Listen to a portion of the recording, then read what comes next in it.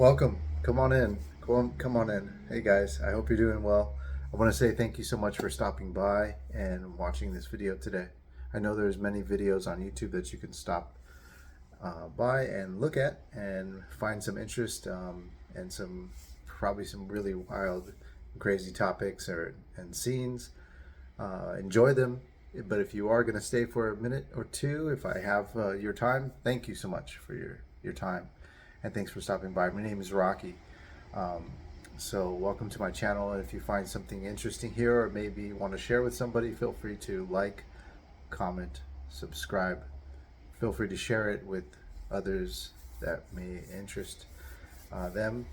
And yeah, I hope you stay and comment some every so often here and there.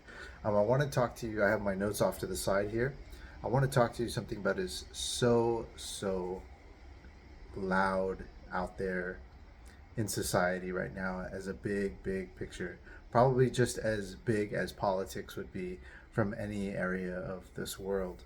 And that is relationships. Why is such a huge topic of relationships, relationship problems, and men and women problems? Why is it such a big thing? To be honest with you, this is my take on it. It's a money grab. It's it's kind of a money grab topic, and it's used by big companies, corporations, and even the government to use it as a topic to put the people against each other. See, men and women shouldn't be fighting. They shouldn't have problems. They should see how they beautifully connect together. This is the way God intended it to be. God intended it for you as a man, and you as a woman, a female, to learn how to connect, bond, communicate, and work coherently together on this planet Earth. We need each other. From the beginning of time, we are born with a need for connection and bonding. It is like a child to a mother's womb coming out. They're needing that nutrients from their womb, and as they come out, they need that love and protection they grasp from a healthy, strong father, and also that loving, nurturing ness that they can get from a mother. It's the nature of us. We need connection and bonding, and that's something we should really put at the forefront of our minds when remembering that we're coming to these crossroads of having conflict with man or woman or relationship problems. You are being used through the algorithm of the internet to fight against each other, and that's wrong. It's not the way it should be. I want to talk to you a small little piece, just a small area about relationship problems, being that it's such a huge topic out there on the internet. I have my notes here, so I'm going to look off to the side as I have my notes here. We have lost attraction to each other in the areas that we should be attracted to. And for women will see you as a financial attraction. See, they may not be so attracted to you. You may not be attracted to them whatsoever, but your money is attractive. And when the attraction decreases, the transaction increases. So if you are a man, remember, you're looking at Instagram, Facebook, Twitter, YouTube. You're looking at all of these social medias, and what you're seeing is 99% of the time filters and overlays to make women more beautiful than they truly are in the real face-to-face flesh. And so with your mind consistently being trained to look at the most beautiful aspects of women under filters and editing, your mind begins to desire in the real world the most beautiful women. And Here we have this almost over over I would say like overwhelming desire of beauty that's far beyond our own level of beauty. So now we become less attractive to the ones that we're more attracted to. And as that heavy attraction increases from the other side, their attraction towards you decreases. And if your attraction decreases, the transaction must increase. So they're going to want more out of you if you can't deliver externally or physically as a man. One of the most common things I've heard from many, many conversations I've had with you guys, I've even heard it myself in my own relationships. I've heard a woman say this to me several times. And we got to look at both sides of the spectrum. So I'm going to give you even my own wrong, my own bad, myself. But I'm also going to help you kind of look at where the hurt is coming from and look deeper, to have deeper understanding. This is a very common sentence or statement that comes from many, many conversations I have. The woman says, "Why do you love me so much?" Remember, why do you love me so much? And this comes from mostly women, but it has been spoken to women from men. But when a woman asks that, there's two things to look at. There's two things to understand. For yourself, first, let's look at the self, and I'll put myself included. We love so much because we're trying to get validation of love and connection and bonding from someone that doesn't love us. This is a childhood trauma that we've learned by trying to love our parents, our mother or our father or an adult in our life that protected us, cared for us, and we did not never fully get the validation of love and security from that parent. And by not getting that validation of love and security, we continued to seek. It was a continuous cycle of abuse, wanting more love, desiring more love, applying yourself more, extending yourself more in hopes that you can get that love in return, but you never did. Leads you to become an adult now, and here you are trying to love somebody, thinking that it's the right way. And this other person says to you, "Why do you love me so much?" And to continue this cycle of abuse, the cycle of abuse comes from the other side, where the other person actually saying, "Why do you love me so much?" can come from two major problems, and they all stem from childhood trauma. One is being a single parent family home. The single parent family home will typically, the child was raised by only one parent, and that one parent was continuously loving them. Maybe not the most perfect way, but they loved them, they nurtured them, they cared for them. So they saw love coming from one direction, one directional love. So they would never understand the love coming from the other side because they've never seen it. So it leaves them clueless to what love would be like from the other parent. And here they are, they become adults and they're raised and they say, "Why do you love me so much?"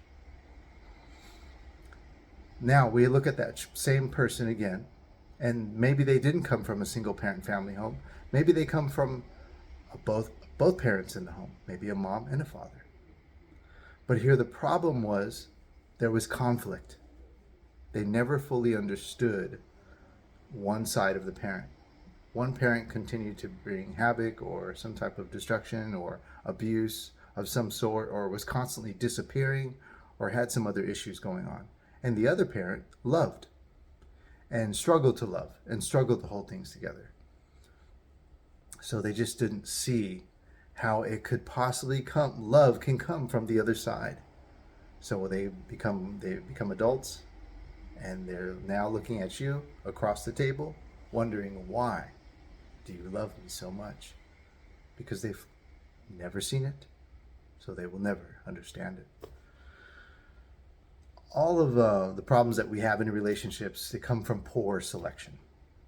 It's from a poor selection. And the world is now filled with poor selections because we're doing so much damage, and it's generational trauma that we're consistently creating over time by not loving fully, wholeheartedly, by mother and father, and healthy habits and healthy belief systems in the home, starting in the home.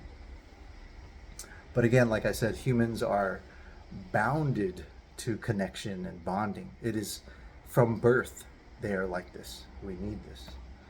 Um, and my last note here: the comfort of your toxic childhood trauma is holding you back from growing into the new version of you.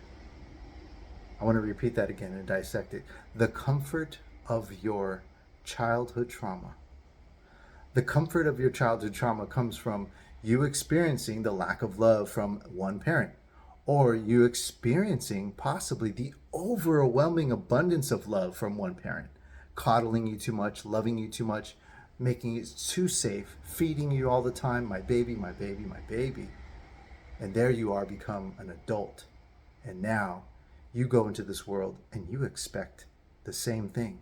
You expect a mother as a wife. Your wife does not want to be a mother to you. Your wife wants to be a wife to you. And you're so comfortable in the trauma of coddling. And coddling can be traumatic as well too, because it causes trauma, maybe not at a child level, but as you become an adult, now you're going to have to deal with some trauma, because you're desiring coddling from your own wife.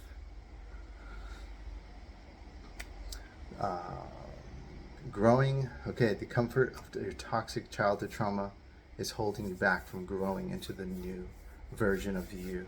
So in the new version of you, well, what do you mean the new version of me? Like, I feel fine who I am. Maybe I have some problems, Rocky, but I can fix them. But what's this new version of you? There is always a new version of you. No matter your religion, no matter your religious background, no matter who you believe in, who your God is, respect to all of them. All the religions are welcome at my table. And I love all of you, no matter who you are, man, woman, child, no matter what nationality you are, religion you are. I love you, and you're all welcome at my table. But your God is always trying to create better for you and shift you into a better version of you. With every season, he wants you to be better. He wants you to be wiser, more intelligent, more understanding, more stoic, strong, loving, caring. There's always greater for you the next season. As the sun shines and the rains come, God will always shift your life and shift your world, no matter what God you choose. And holding you back from growing into the new version of you, let me explain. Let me give you a side note. Let's say, for example, you go to the gym and you go exercise. And maybe you're in an area where there's a bunch of people there that are regulars, and you're just not a regular person. And this is new for you. You don't really bench press. You don't lift the dumbbells up. You don't really exercise, but you know you want to go there and you want to exercise. And these are all the regulars. They look great, muscles, and they're doing their thing, and the hotties are over here and the meatheads are over there. And here you are in the middle trying to get your workout in. And you feel a little uncomfortable because this is kind of like not your spot, but you want to make this your spot because you know that this is a healthy environment. You understand that you want to be coming more often because you want to become a better physically, mentally, emotionally, and all the benefits that exercise has to do for you. So here you are. And maybe something weird happens. Maybe something uncomfortable. Maybe you drop a weight, or maybe someone drops a weight near you, or maybe there's some type of conflict, maybe with another workout person. Something uncomfortable. You feel uncomfortable. This is not your place of comfort. You feel uncomfortable. That's your God shaking your space, shaking your comfort zone. He wants you to remember that, hey, this is where you need to be. Or maybe he's shaking things up because maybe this is not where you need to be. Now, I use the gym as an example. With the gym, that's definitely where most of us should be. You should be there. But sometimes God's going to shake you up and make you feel uncomfortable because he wants to move you, shift you, or maybe he wants you to remember where you are at and where you need to be. You're constantly, subconsciously living in the comfort of your own path. And if your life has been a path of wrong decisions and wrong turns, when you are shaken by your God, he's going to, it's his message to you that he's moving you. Don't feel fear, anger, frustration. Be at ease and at peace. Be at comfort. That he's sending his message to you. Try to understand what he's saying to you. He cares about you, and he's moving you to the better version of you, and accept that movement. I love you guys. Thanks for listening and watching. I want to share something real quick with you. Give me 1 minute. If you stayed for this long, I want to share something with you that's really, really important. I had a really bad day today. I had a very bad day at work. And then I came home and I was treated bad. And then I come on here and I understand that the message in my mind that delivered from my heart and the message to you must be positive. And that's something I want to leave with you. That no matter the situation you're going through, no matter how you're hit from work or home, no matter if you're hit left or right, stay firm and a good moral character man or woman that you are. Let nothing shake you. There is greatness in you. I love you, and thanks for watching. Take care. I'll talk to you soon.